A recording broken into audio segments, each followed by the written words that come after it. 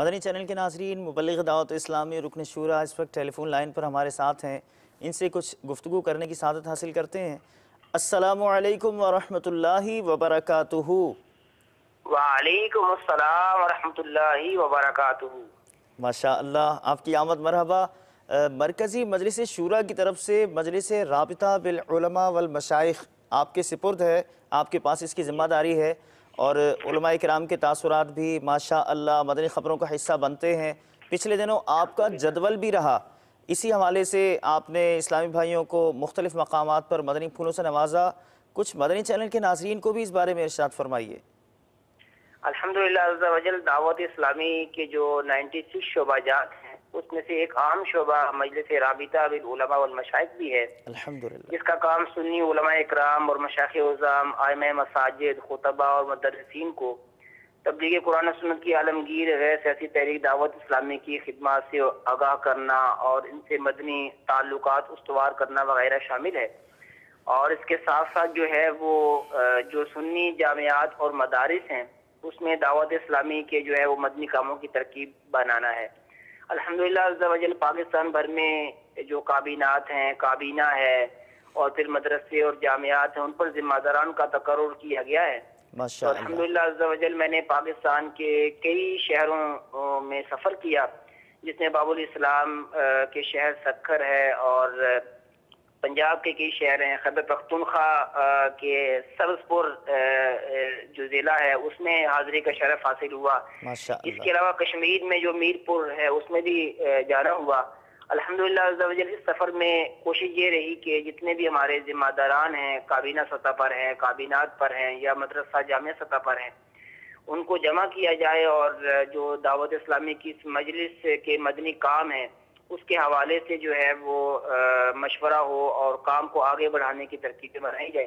الحمدللہ عز و جل، یہ کثیر ذمہ داران نے شرکت کی، اور الحمدللہ عز و جل ہم نے یہ بھی طے کیا کہ جو جامعہ اور مدارس سطح ہے، مدارس ہیں، جامعات ہیں، ان کے اندر جو ہے وہ ذمہ داران کا تقرر کیا جائے، اور مدنی مذاکرے میں امیر اہل سنت نے جو مدارس، سنی مدارس اور جامعات کے اندر مدنی کام کرنے کے حوالے سے مدنی پھول عطا فرمائے ہیں، اس کے مطابق جو ہے وہ کام کرنے کی کوشش کی جائے۔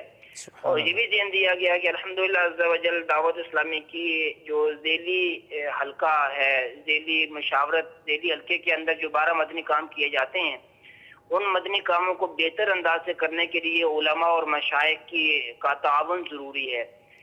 علماء مشائخ اگر ہمارے ساتھ تعاون کریں گے تو مدنی کام بڑھتا چلا جائے گا۔ امیر اہل سنت نے بھی ایک مرتبہ ارشاد فرمایا تھا مدنی مذاکرے کے اندر کہ دعوت اسلامی نے یہ جو ترقی کی ہے اور دعوت اسلامی مختلف شعبہ جات کے اندر اپنے مدنی کام کو بڑھاتی چلی جا رہی ہے، اس میں علماء اہل سنت کا بہت بڑا کردار ہے۔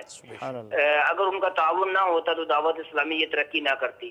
تو واقعی الحمدللہ عز و جل، اگر ہم چاہتے ہیں کہ ذیلی سطح کے اندر ہمارے 12 مدنی کام مضبوط ہوں تو اس میں جو ائمہ اکرام ہیں ان کا تعاون ضروری ہے۔